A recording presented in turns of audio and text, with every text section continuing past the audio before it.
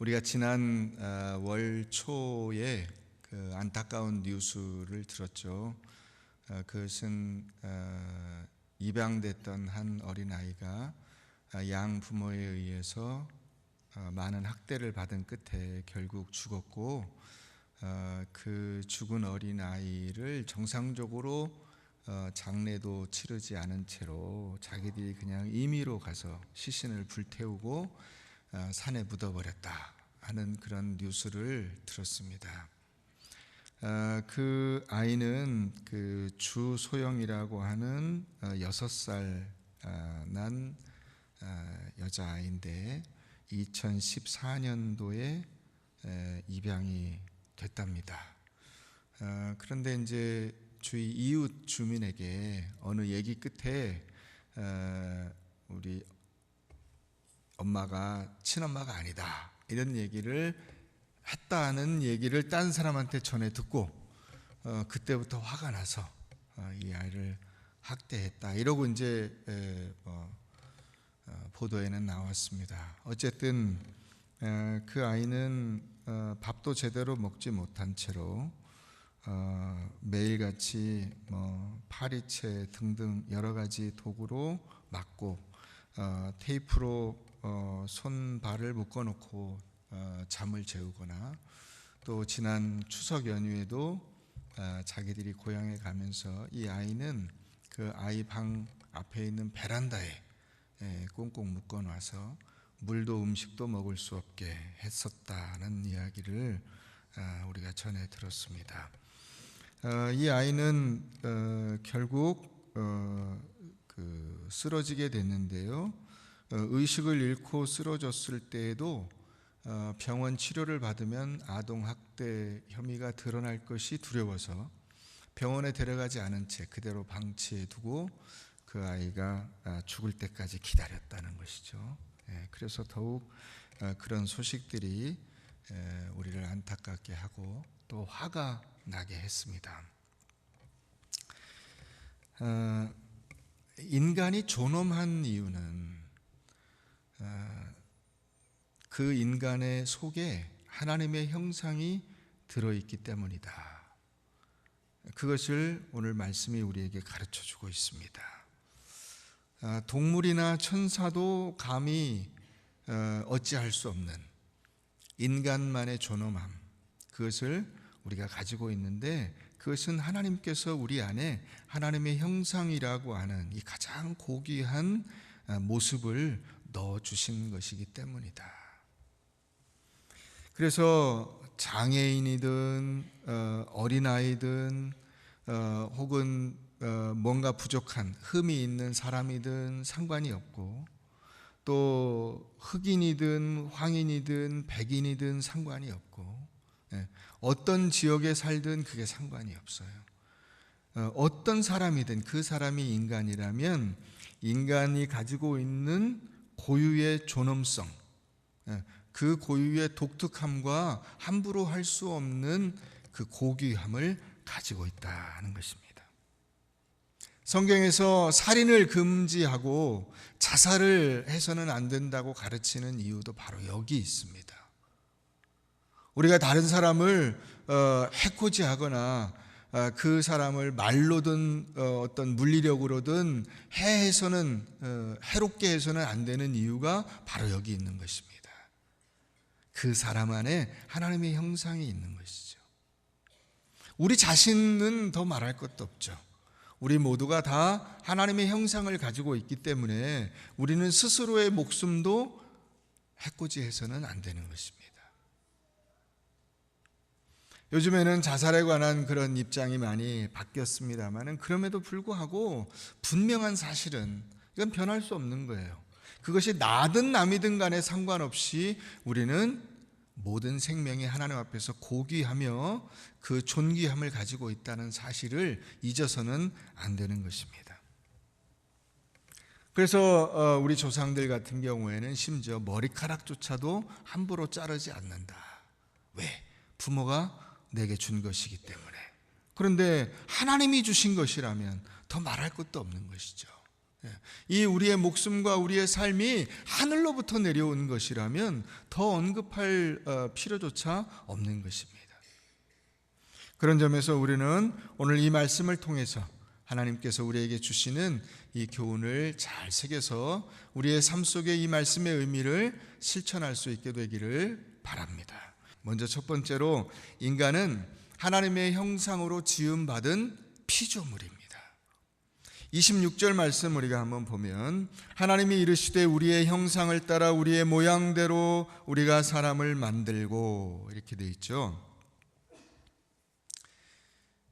두 번에 걸친 그 세계대전, 1차 세계대전, 2차 세계대전, 그 이전까지만 해도 사람들 사이에서는 그 인간이 근본적으로 선하고 또 인간들이 가진 그 가치가 굉장히 중요하다는 사실을 많은 사람들이 함께 가지고 있었습니다. 그런 생각을 공유하고 있었어요. 그런데 이와 같은 믿음과 그 공유는 이 두 번의 세계대전을 거치면서 깨지게 됐습니다. 우선 전쟁이라고 하는 상황 자체가 사람을 죽여야, 그 자기가 살고 그 상대편을 죽여야 우리가 산다고 하는 이 상황 자체가 굉장히 사람에게 주는 그 고통과 인간의 존재에 대한 근본적인 물음을 갖게 되는 것이죠. 더군다나 그렇게 사람을 죽이는 것도 그 안타까운 일인데, 그것이 결국 우리에게 주는 그 충격과 고통이 굉장히 심한 것인데, 예를 들어서 나치의 그 유대인 학살 600만 명을 죽였습니다. 어마어마한 거죠. 600만 명을 학살했어요. 뭐 그 숫자에는 미치지 못하지만 일본은 중국 가서 40만 명을 죽였습니다. 난징 대학살. 마루타 시험했죠. 또 뭐 위안부 잡아갔죠. 이런 것들을 이제 많은 사람들이 경험하면서, 과연 그 사람이 존엄한 존재냐. 여러분, 죽어있는 시신들을 늘 옆에서 이렇게 보고 사람을 죽이고 이런 막 피 흘리고 이 고통받고 이런 것들을 볼 때 정말 사람이 짐승만 또 못하게 되는 그런 광경들을 접하면서 근본적으로 사람의 존엄성에 대한 의문을 가지게 되는 것입니다. 뿐만 아니라 그 20세기 후반에 접어들면서 과학기술, 또 그 대량 생산, 대중매체, 이런 것들이 철저히 인간을 비인간화시키고, 뿐만 아니라 이제 점점 인공수정, 시험관하기, 유전자공학, 낙태, 그 다음에 인간 행동을 화학물질로 조절하는 일, 안락사, 이런 등등 우리가 과거에 그 상상조차 할 수 없었던 이런 것들이 점점 우리의 일상 속에 들어오면서 사람은 그 사람의 생명의 고귀함, 가치의 존귀함, 인간에 대한 근본적인 존엄성에 대해서 문제를 제기하기 시작한 것입니다. 인간에 관한 근본적인 그 잘못된 관점이 두 가지가 있습니다. 하나는 인간을 완전히 관념적인 존재로 보는 겁니다. 물질이 없고 육체적인 것들을 배제하고 정신적인 부분을 중요시하는 극단이 있어요. 반대의 극단이 있습니다. 그것은 또 뭐냐면 물질주의적으로만 사람을 보는 거예요. 이것은 공산주의에서부터 시작이 됐습니다. 사람은 오직 물질적 요소로 구성이 되어 있어서 정신적이거나 감정적인 삶은 인간의 물질적 구성의 부산물이다, 이렇게 보는 관점이에요. 인간은 단순히 자연과 환경의 산물에 지나지 않는다는 것입니다. 그래서 인간은 사회 구조의 일부분이고 악은 사회 구조에서 생기기 때문에 이 구조를 바꾸면 악을 없앨 수 있다는 거예요. 그래서 거기 그런 그 이론에서 나온 이야기들이 어떤 거냐면, 예를 들어서 유영철이 사람을 막 죽였어요. 근데 그거는 유영철 잘못이 아니라는 거예요. 그 유영철을 키운 환경과 가정과 이 사회의 문제다, 이렇게 접근을 합니다.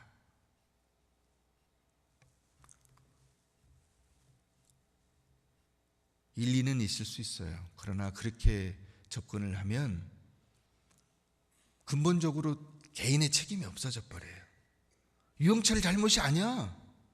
야, 네가 그 어려운 환경에서 얼마나 네 마음이 고통이 컸냐, 이렇게 접근을 해버린다니까요.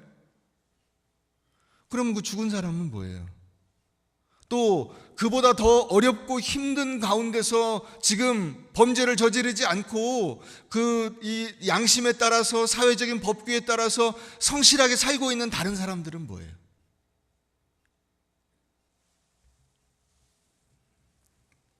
그러니까 그와 같은 물질적 사상에 의하면 그 범죄와 개인적인 어떤 그 문제는 사회적 구조에서 온 것이고, 그 사회적 구조를 빨리 바꿔야 된다고만 하면 어떻게 됩니까? 나는 아무렇게나 살아도 돼요. 이 사회의, 나의 문제는 사회의 문제이고 사회의 문제는 사회가 해결해야지 내가 해결할 수 없다, 이렇게 보는 거죠.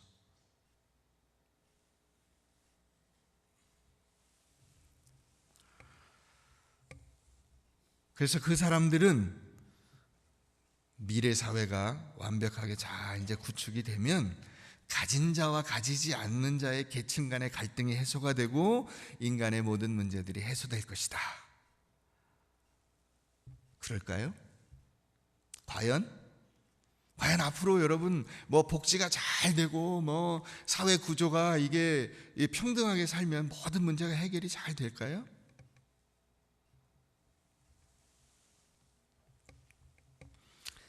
오늘 말씀으로 돌아가 보면 하나님이 이르시되 우리의 형상을 따라 우리의 모양대로, 그래서 여기 중요한 단어가 형상과 모양이라는 거예요.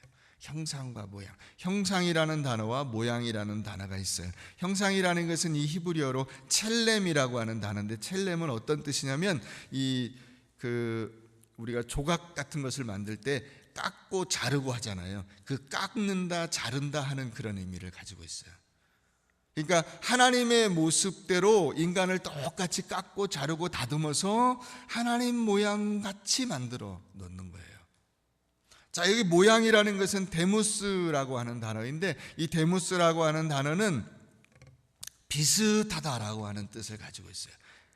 그래서 예를 들면 여러분 복사기, 이 제가 문서를 만들어 가지고 복사기에 딱 넣으면 복사기에서 똑같은 문서가 딱 나옵니다. 원본과 복사본을 구분하기가 어려워요. 물론 자세히 보면 이제 구분할 수 있지만 얼핏 봐서는 원본과 복사본이 거의 같아요. 그래서 이게 좋은 복사기 갖고는 뭣도 복사를 합니까? 돈도 복사를 해. 똑같이. 네. 물론 돈 안에 들어있는 이 위조 식별 방지 장치까지 복사해낼 수는 없지만 거의 비슷하게 겉모양을 복사해낼 수가 있어요. 이와 같이 비슷하다라고 하는 단어에서 온 게 모양이라고 하는 단어예요. 그래서 이 두 개의 단어는 두 개가 서로 혼용되고 있어요. 혼용. 예를 들어서 창세기 5장 3절 말씀에 아담은 130세에 자기의 모양 곧 자기의 형상과 같은 아들을 낳아 그 이름을 셋이라 하였다, 이렇게 기록하고 있어요. 여기에 자기의 모양 곧 자기의 형상, 그래서 두 단어가 같이 쓰였어요. 같은 의미예요.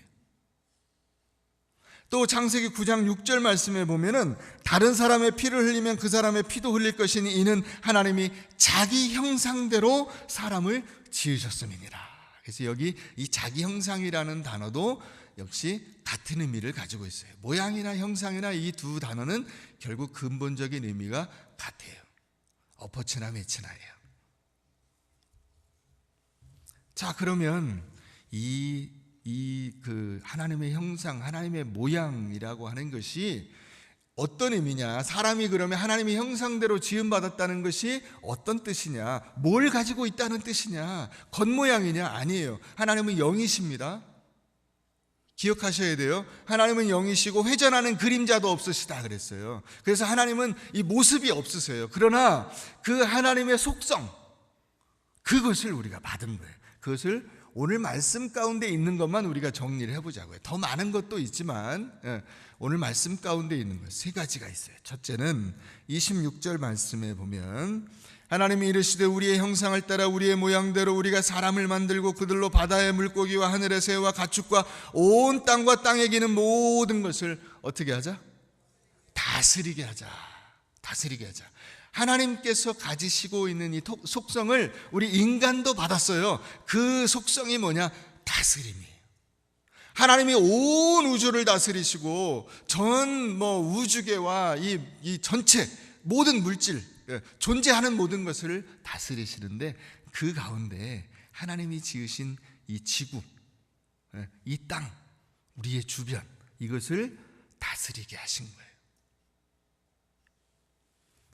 그래서 여러분들의 가정과 여러분들의 삶의 현장과 여러분들의 신앙과 이런 것들을 여러분들이 잘 추스려 나가야 될 그런 그 능력을 갖고 있는 거예요. 하나님이 그것을 천부적으로 주신 거예요.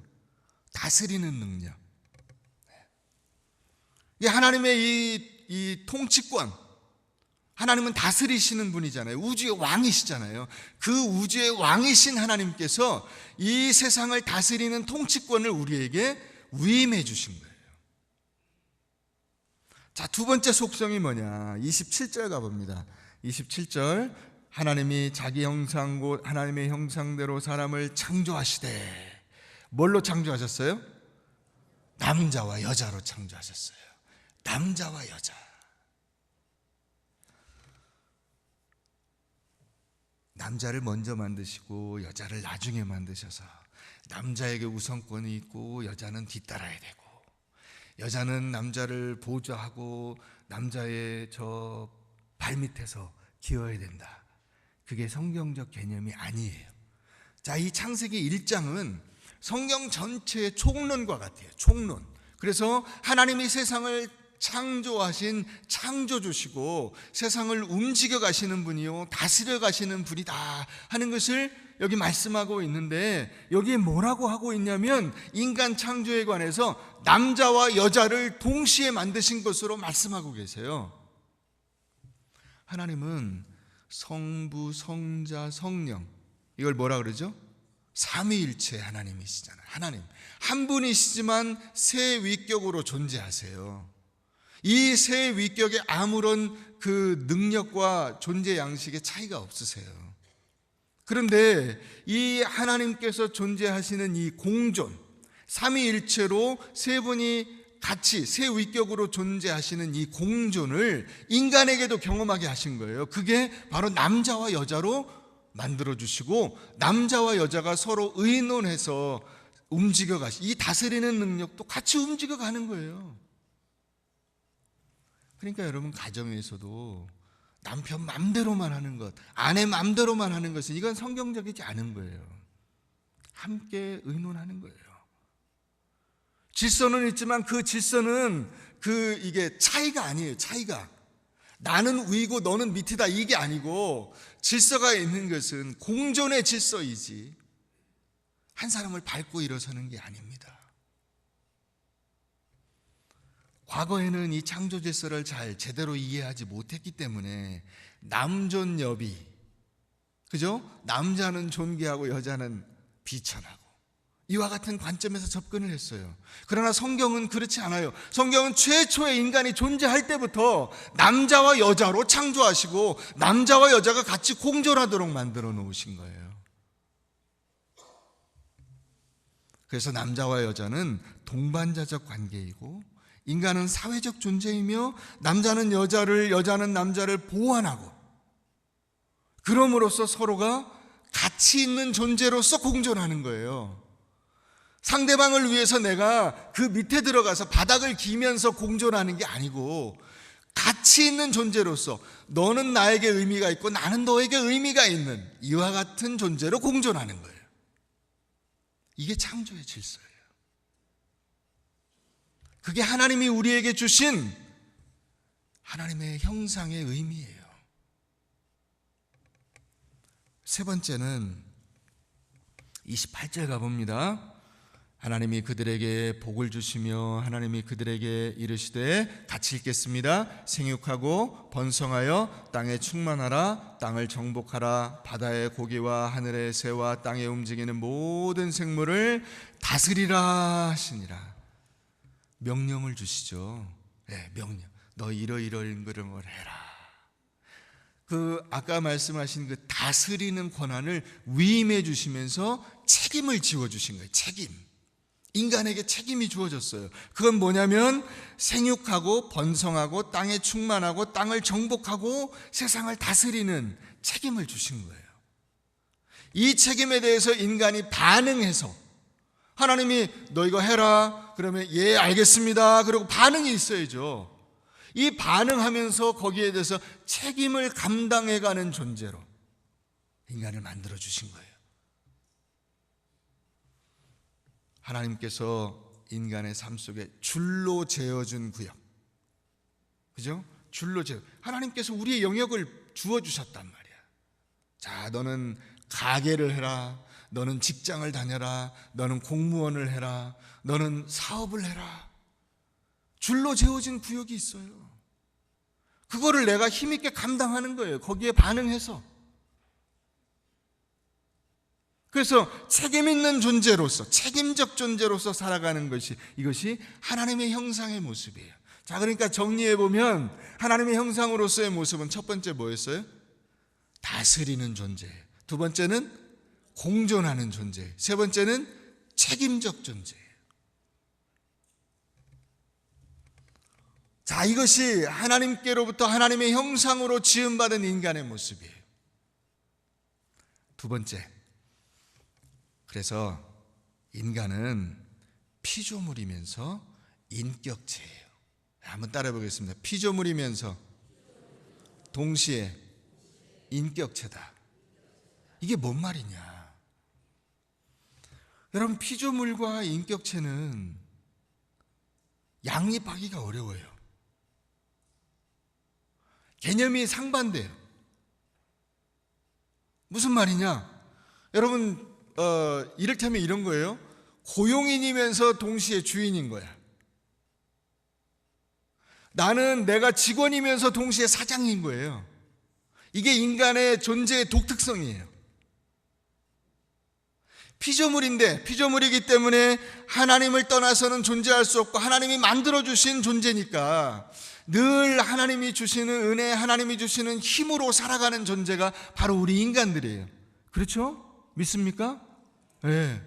자, 그런데 인간은 또한 어떤 존재냐? 인격체라는 거야. 자기 스스로 결정하고 그 결정을 내린 것에 대해서 책임을 지는 자유를 가지고 있어요. 그렇죠? 이게 사람이 가지고 있는 독특성이에요.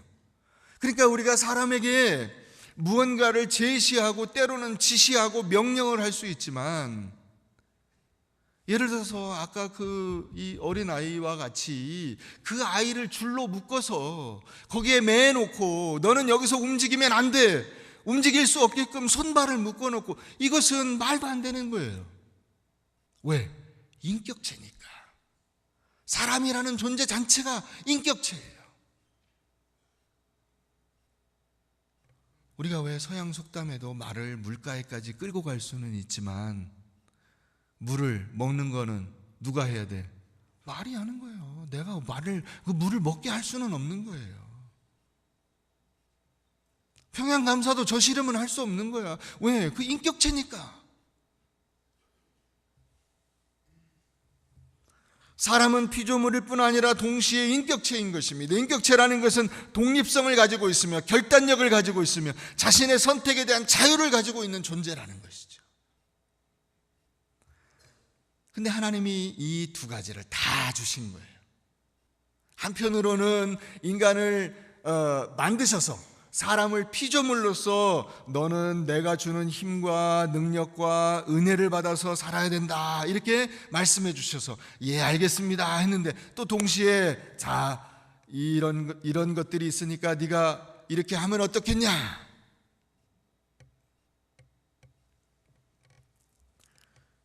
이걸 통해서 우리가 인간의 존재와 죄의 문제에 관해서 생각을 해볼 수가 있어요. 만약에 사람이 인격체가 아니잖아요? 그러면 죄의 문제에 대한 책임을 물을 수가 없어요. 하나님이 시키는 대로 했으면 범죄에 대한 책임은 누구에게가 있어요? 하나님께 있어요.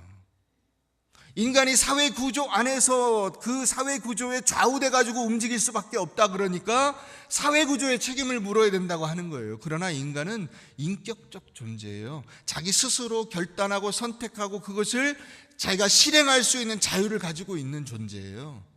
그렇기 때문에 그 어떤 범죄와 부조리에 대해서 사람에게 책임을 물어야 되는 것이죠. 아담과 하와가 범죄한 것도 똑같아요. 하나님은 동산 중앙에 있는 저 선악을 알게 하는 나무의 열매를 먹지 마라, 그렇게 말씀은 하셨지만 거기에 보초를 세우고 그 나무에 접근하지 못하도록 아담과 하와를 꽁꽁 묶어놓지 않으셨어요. 마음대로 돌아다닐 수 있고 그 열매를 따먹어도 상관이 없도록 자유를 주신 거예요. 그런데 어떻게 했나요? 사람이 보고 결정해서 따먹은 거예요.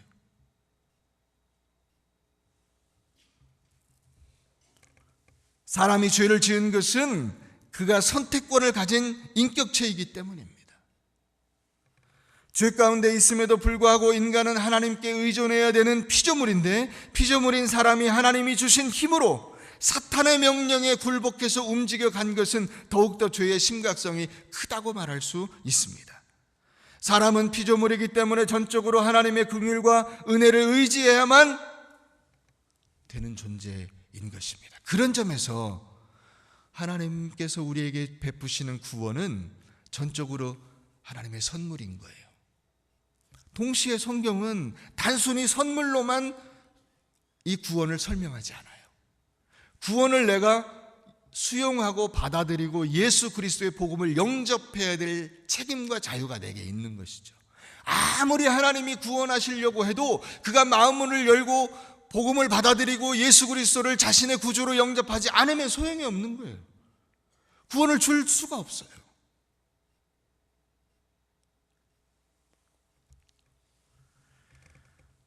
사람이 인격체라는 사실은 자신의 구원에 일정한 선택의 책임이 있다는 것입니다.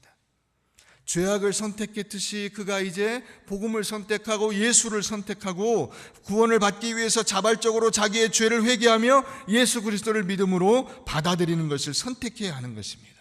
뿐만 아니라 예수님을 나의 구주로 영접한 이후에도 내가 말씀대로 살기를 결단하고 그 말씀에 순종하는 선택이 있어야 되는 것이죠.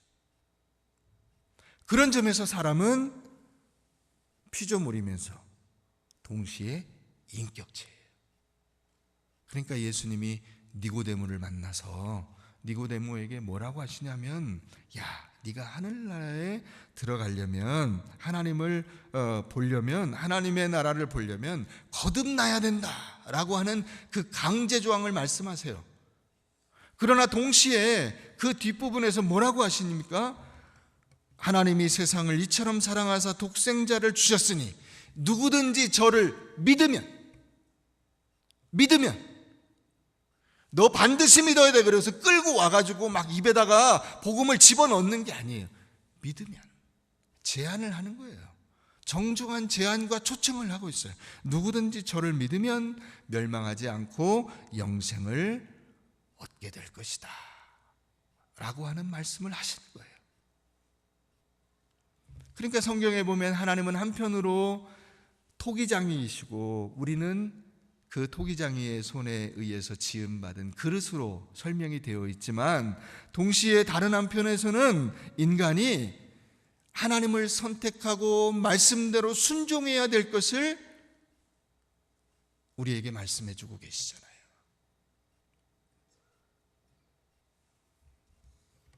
세 번째, 그러므로 우리가 하나님의 형상대로, 하나님의 형상이 어디에 있어요? 어디에 있어요? 내 안에 있어요. 그러면 내 안에 있다는 것은 우리 옆에 있는 다른 사람에게도 그 형상이 있다는 거예요? 없다는 거예요? 예, 그에게 하나님의 형상이, 내 안에도 하나님의 형상이 있고 그에게도 하나님의 형상이 있는 거예요. 그래서 이 다스리고 공존하고 그 다음에 책임을 지는 이것이 다른 사람에게 있어서, 다른 사람과 이 사이에서 그것이 잘 조절되어야 하는 것입니다. 함부로 다스릴 수 없고, 공존은 나를 위한 공존일 수 없으며 내가 그를 위해서 책임을 감당하는 것이어야 진정한 하나님의 형상으로서 내가 살아가는 거예요. 근데 여러분, 사람이 살다 보면 그렇지가 않죠, 또, 그죠? 인간 사회는 다 갈등이 있어요. 어떤 처녀가, 아가씨가 마음에 이게 특별한 소원이 생겨서, 그 소원이 뭐냐면 내가 하나님을 위해 살고 싶다.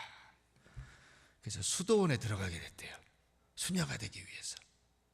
그래가지고 이제 수녀가 되는 기본적인 훈련을 다 마치고 이제 수녀복을 딱 입고 그 수도원 생활을 하게 됐는데, 그렇게 생활하게 된 첫날 원장이 이 수녀를 불렀어요.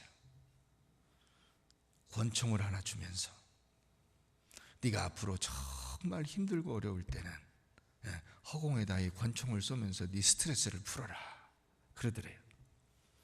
가지고 예, 알겠습니다. 그래서 살다 보니까 막 그 선배 수녀들이 막 갈구고, 옆에 다른 동료 수녀들이 자기를 힘들게 하고, 그래서 총을 이렇게 쏘면서 지냈는데, 어느 날은 도저히 견딜 수가 없어가지고 이걸로 해결이 안 돼서 원장 수녀님을 찾으러 갔는데 원장 수녀님이 안 계시더래요. 그래서 어디 갔나 봤더니 저 뒷산에 갔다 그러더래요. 그래서 뒷산을 갔어요.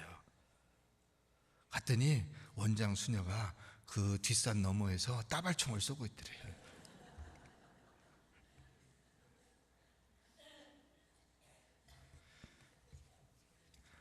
우리가 살다 보면은 인간 사회라는 것이 다 그래요. 어디 저쪽 가서 정말 따발총 갈기고 싶은 그런 마음이 드는 거죠. 이게 그래서 뭐 가족 간에도 갈등이 생기고, 조직에서도 갈등이 생기고, 뭐 그렇잖아요. 그럼에도 불구하고 하나님께서 아까 제가 창세기 9장 6절 읽어드렸죠. 사람이 다른 사람을 죽이는 피 흘려서는 안 되는 이유는 그 사람 안에 무엇이 들어있어요? 하나님의 형상으로 지음받았기 때문에, 하나님의 형상이 그의 안에 있기 때문에 다른 사람을 학대하거나 함부로 할 수 없다는 거예요. 그 사람을 위해서 다른 사람에게 저지르는 죄악은 결국 그 사람에게 저지르는 죄악이 아니라 하나님께 저지르는 죄악이 되는 것이죠. 사랑하는 여러분, 사람은 하나님의 형상을 가지고 있으면서 동시에 사람이 곧 하나님의 형상입니다. 그러니까 여러분들이 만나는 이 여러분들의 옆에 있는 사람들이 누구예요? 바로 하나님인 거예요. 한번 인사하겠습니다. 사랑합니다. 남녀간에는, 모르는 남녀간은 인사하지 않으셔도 됩니다. 아무에게나 사랑합니다. 이건 오해의 소지가 있기 때문에. 그렇습니다. 여러분, 아내에게 우리가 함부로 해서는 안 되는 이유는 그의 안에 하나님의 형상이 있기 때문이요. 남편에게 함부로 해서는 안 되는 이유는 그의 안에 하나님의 형상이 있기 때문이요. 자녀에게 함부로 해서는 안 되는 이유는 그의 안에 하나님의 형상이 있기 때문이요. 우리의 이웃들에게, 우리 주변에 있는 사람들에게 우리가 함부로 하거나 그들을 비하하거나 모욕하거나 경멸해서는 안 되는 이유는 그의 안에 하나님의 형상이 있기 때문입니다.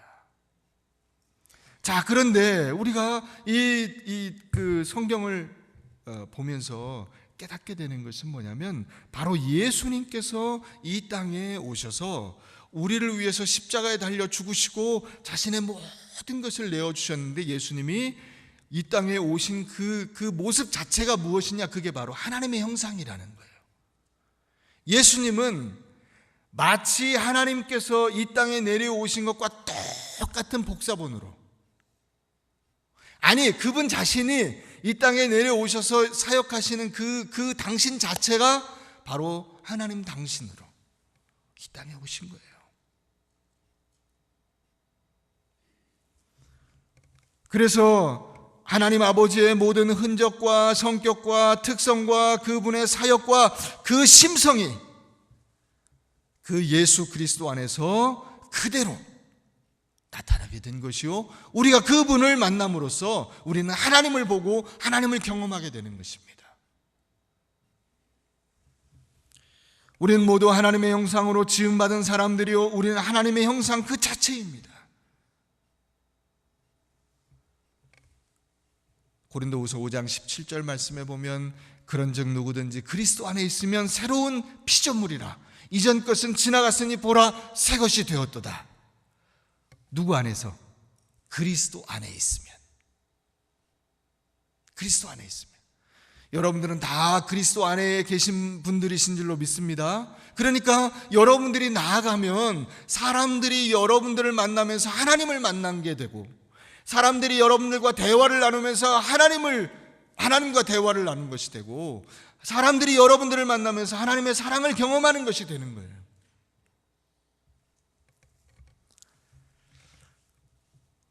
옛날에 왕에게 신임을 받는 신하가 있었대요. 근데 이 신하가 멀리 타국에 그 출장을 갔다가 복음을 영접하게 됐어요. 그래가지고 이제 예수 믿는 사람이 돼서 돌아와가지고 이 예수 믿는 것을 그 왕에게도 보고를 했어요. 제가 이렇게 해서 예수를 믿게 됐다고. 나를 위해서 십자가에 달려 죽으신 그 구주 예수 그리스도를 통해서, 하나님의 아들을 통해서 내가 구원을 받게 됐다고. 그랬더니 왕이 그러더래요. 야, 그렇게 만왕의 왕이면은 자기가 직접 말로 구원받아라 그래가지고 구원을 시켜줄 수 있어야지 꼭 사람의 몸을 입고 내려와가지고 뭐 죽고 막 이렇게 해야 돼? 그거 좀 힘이 없는 왕 아니야? 이러고 이제 반문을 한 거예요. 그래서 그 신하가 폐하, 제가 내일 그것에 관해서 다시 한번 말씀을 드리겠습니다. 그리고 이제 물러나서 나왔어요. 그리고는 하루 동안 그 왕의 왕자하고 똑같은 모양으로 조각을 만들어서 거기에 왕자의 옷을 입혀서 얼핏 보면 딱 왕자처럼 인형을 만든 거예요. 그래가지고 이제 왕 앞에 나갔어요. 자기 이제 그 다른 시종을 데리고 왕 앞에 가서 다시 대화를 나누게 됐어요. 그래서 왕과 대화를 나누려는 그 찰나에 그 신하가 이 옆에 있는 연못에 그 왕자의 인형을 떨어뜨렸습니다. 그때 왕자가 떨어진 줄 알고 깜짝 놀라가지고 버선발로 팍 달려가면서 연못에 빠지려고, 왕자를 구해야 되니까. 신하가 그 왕을 제지하고, 폐하, 잠깐만 기다리십시오. 제가 들어가서 건져오겠습니다. 그랬더니 아니다, 이놈아, 내가 너를 어떻게 믿느냐? 내가 들어가서 저 왕자를 속히 구해야지. 그러더래요. 그래서 그때 이 신하가 얘기를 한 거예요. 폐하, 바로 그것 때문에 저 하나님 아버지께서 하늘 보좌를 버리시고 이 땅에 내려오셔서 인간을 구원하기 위해 자기 몸을 버리신 겁니다. 여러분, 예수님께서 이 땅에 하나님의 형상으로 오셨어요. 근데 그 하나님의 형상이신 예수 그리스도의 마음에 무엇이 있었느냐? 바로 사람이 거기, 사람이. 이 마음에는 세상의 욕심과 세상의 물질과 어떤 자기의 그 뭔가 어떤 야욕이 있었던 것이 아니라 이 가슴 속에 들어있는 것은 사람이요, 그 사람에 대한 사랑으로 꽉 차 있었던 거예요. 그래서 그 사람을 위해서 목숨 버려 헌신하시고 피 흘려주시고 십자가에 달려 죽으신 거예요. 우리가 하나님의 이 형상으로 산다는 것은 결국 우리의 가슴 속에 사람이 있어야 하고 사람에 대한 사랑이 있어야 된다는 것입니다. 그 예수님의 한가운데 사람이 존재하고 예수님이 사랑을 가지고 그 사람을 살리고 하나님의 형상대로 회복시켜 주시고 참 하나님의 사람으로 살아갈 수 있도록 만들어 주신 이 은혜, 이것을 받은 사람들이 바로 우리들인 것입니다. 그러므로 우리가 어떻게 살아야 되겠습니까? 우리도 하나님의 형상으로서, 예수님과 똑 닮은 하나님의 형상으로서 우리의 가슴에 사람을 담고 사람에 대한 사랑을 담고 살아야 된다는 것입니다. 세상은 물질 만능주의입니다. 돈만 있으면 된대요. 돈이 있으면 문제가 없대요. 여러분, 그것은 불신앙입니다. 그것은 신앙이 아니에요. 신앙은 무엇이냐면 세상에는 돈만 있어서 되는 것이 아니고 돈이 없어도 상관이 없어요. 사람이 있어야 하고 사람에 대한 사랑이 있어야 되는 것입니다. 결국 돈이 없어도 우리는 사람이 있으면 사는 것이요, 돈이 없어도 사랑이 있으면 사는 거예요. 그 하나님의 형상으로 회복되어서 정말 사람답게 살아가는 여러분들 되시기를 바라고, 그와 같은 공동체를 만드는 우리 꿈과 사랑의 교회가 될 수 있기를 주의 이름으로 축원합니다.